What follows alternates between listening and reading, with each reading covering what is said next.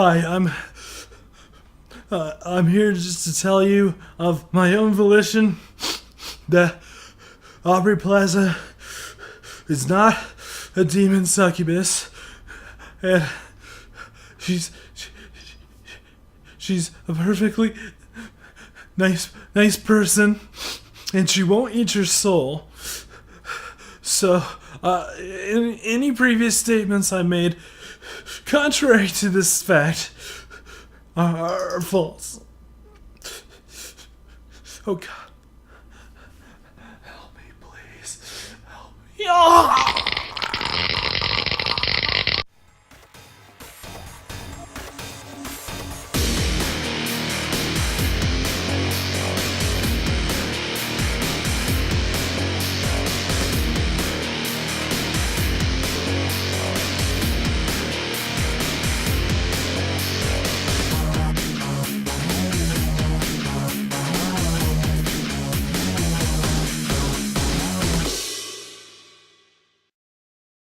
Hey everybody, Sexy Matt the Pharaoh Wizard here. It's once again time for some more immersion therapy for me as I watch and review an Aubrey Plaza movie to hopefully cure me of my deep-seated fear of Aubrey Plaza.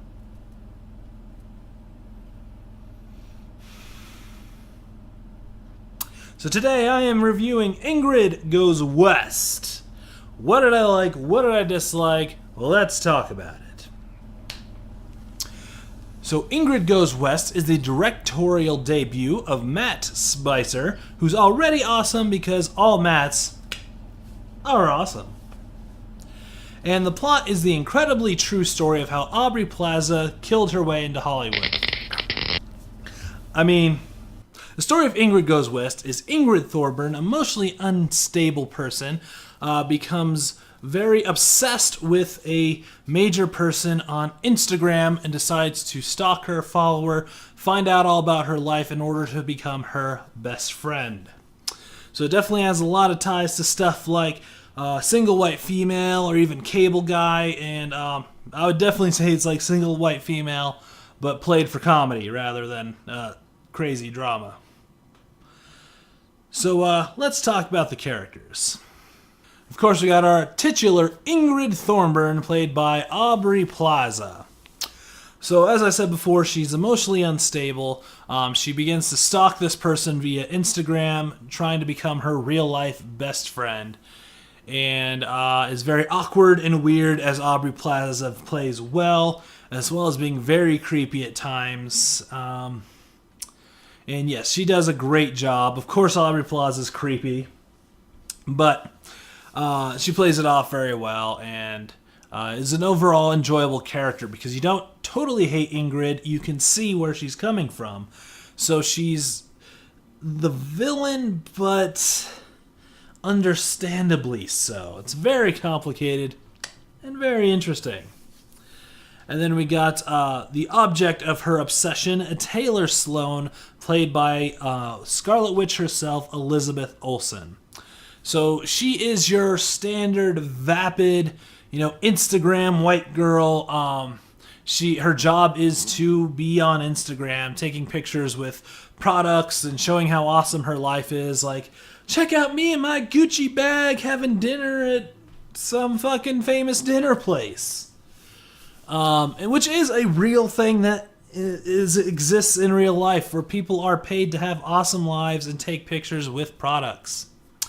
Seriously, it's a real thing.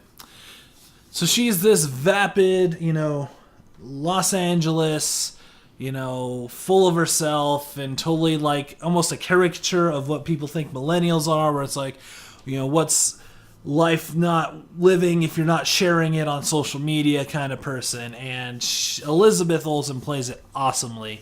You wouldn't really notice her if I didn't point out that she was Elizabeth Olsen. At least most people that I know wouldn't. So she definitely has a huge difference from her character in Avengers. And it's done very well, and she's very awesome at it. And I gotta say, along with the Scarlet Witch being in it, Clemente, who plays Mantis in Guardians of the Galaxy Volume 2, has a small role in this. So this is our first connection to Infinity Wars, where we have Scarlet Witch and Mantis together at last.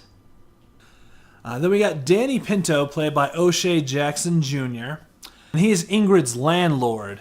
And basically, first off, he's very obsessed with Batman, but not just Batman, the original Burton Schumacher Batman, but not just those ones, specifically Batman Forever, which is weird, because who is obsessed with Batman Forever? That's odd. But it lays credence to one of my theories that every movie, no matter how bad, is somebody's favorite movie.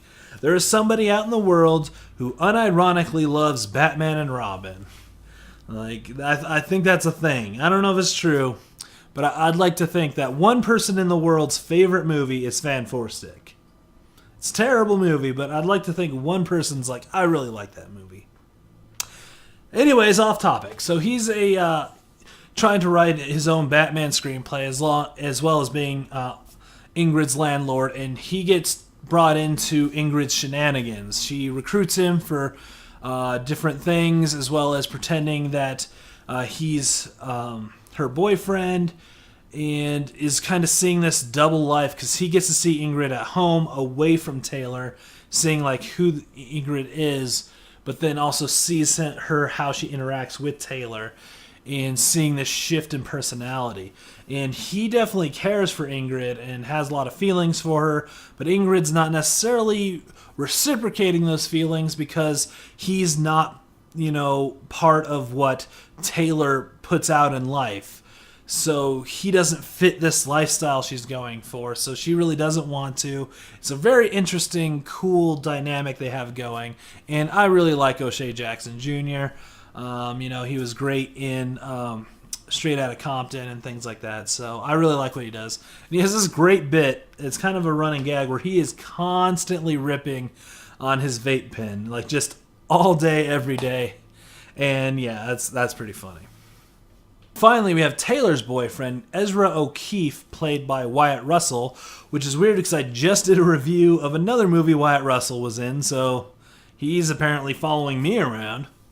But he's basically like just a regular guy, but Taylor is kind of pulling him into this Instagram lifestyle, making him quit his job to become an artist, even though he's not really an artist. Making him buy things and do this and do that, where he just wants to, be a guy, just have a job, do his thing. But she's, forcing him into this lifestyle, and it creates a new interesting dynamic between Taylor and him, as well as Ingrid and him, because Ingrid gets to see the two sides of him, where he only sees one side of Ingrid. It's a whole lot of deep craziness.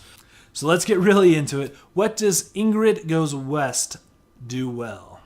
So as you can gather from my description, this is sort of like a Black Mirror episode, but played for comedy, and dealing with current technology rather than future technology. But it definitely talks about how technology can be used for nefarious purposes, although putting a comedic spin on it. But like a good movie, it touches on a lot of things, and depending on how you go in, what your mindset is, you can pull a lot away from this movie. It talks about some major things, like obviously tech these days and how it's made stalking easier. We are all putting out our own information out into the world, so it becomes very easy for someone to find out where you live and who you are and what you're all about, and to use that information, in nefarious purposes. And it touches on that, obviously, as a major point of this movie. It also talks about things like loss of connection in our overly connected world. We're on social media. You're still at least in contact with friends from high school, and you talk to people you've never seen in real life in a big mass way, but it's still a very lonely world. Ingrid is on her Instagram chatting with people, hitting the like buttons and things like that, but she's still a very lonely person. And I think it shows in our world, even though we're more connected, we're more disconnected. And it's very, raises a lot of stuff with that, as well as just general vapidness on social media, shown in Taylor, how, it's all about living a life where you share it with everybody, and there's no point in doing anything unless you're going to share it with people. She talks about how her husband or boyfriend doesn't promote his art on social media, and she kind of berates him for that. And, you know, it's kind of how we are now, where you got to share everything. But just showing off, you know, how awesome my life is and all this fun stuff, and just kind of the overall vapidness of social media.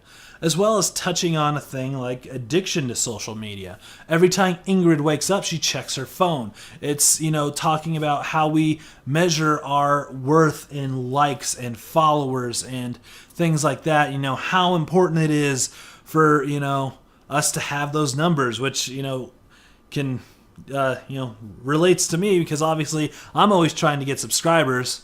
By the way, subscribe to my channel if you haven't already.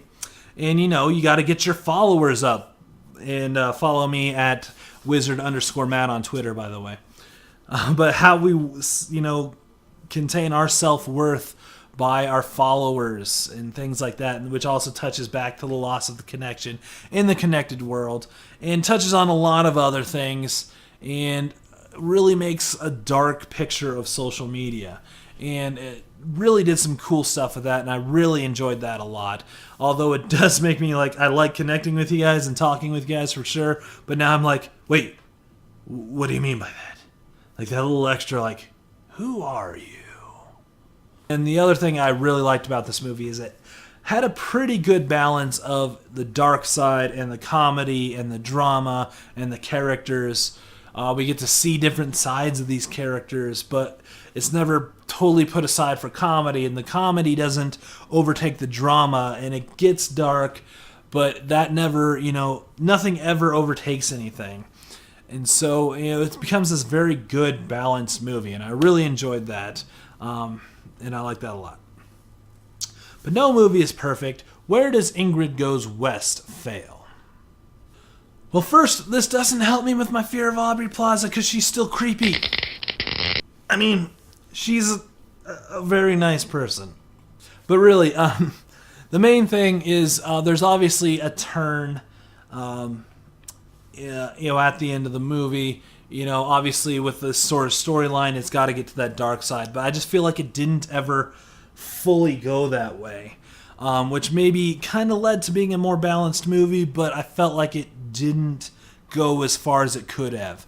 And I like the ending, but I thought they could have done more with it. I'm not going to go into it specifically for I'll talk about it in spoilers, but I felt like they didn't quite go over the edge. I related it to a Black Mirror episode. This wouldn't be a good one because it didn't go all the way. Every Black Mirror episode goes all the way. This one, sort of made that turn, but then kind of kept going in the middle. So it balanced, but it didn't quite go as far as it should have. It's kind of relates to that, jack of all trades, master of none. It does a lot of things good, but doesn't excel at anything either. And I felt like they could have gone more the dark route with it. As well as it ends up being a fairly predictable movie. You can kind of tell the beats that it's going to do. This is going to happen. Oh, we're heading to this part. We're going to this part. And although the ending was quite surprising, everything building up to that was like, yeah, okay, we're going here. It just felt like it's hitting the beats that it needed to, and wasn't overall a very surprising movie, and nothing really jumped out at me. That's really about all my complaints with this movie. So let's just jump right into spoilers. So jump to this time code here if you want to skip spoilers, because I'm going to do some quick spoilers. So really the only spoiler I want to talk about is the ending. So obviously they have the third act breakup. With a story like this, she's eventually going to be found out and be ostracized from, what she was trying to accomplish. And they do something cool with that where she becomes more of a recluse and crazy, and I like that. And there's this big blow up at a party where she she crashes one of their parties just to charge her phone so she can keep checking her social media, diving into that addiction to social media that I talked about. And there's this big, blow up, and Taylor tells her off, and she becomes very depressed, and she kills herself while filming it on Instagram. And that was cool and dark, but then she actually didn't die, and she got saved, and she becomes she goes viral and has a whole hashtag dedicated to her.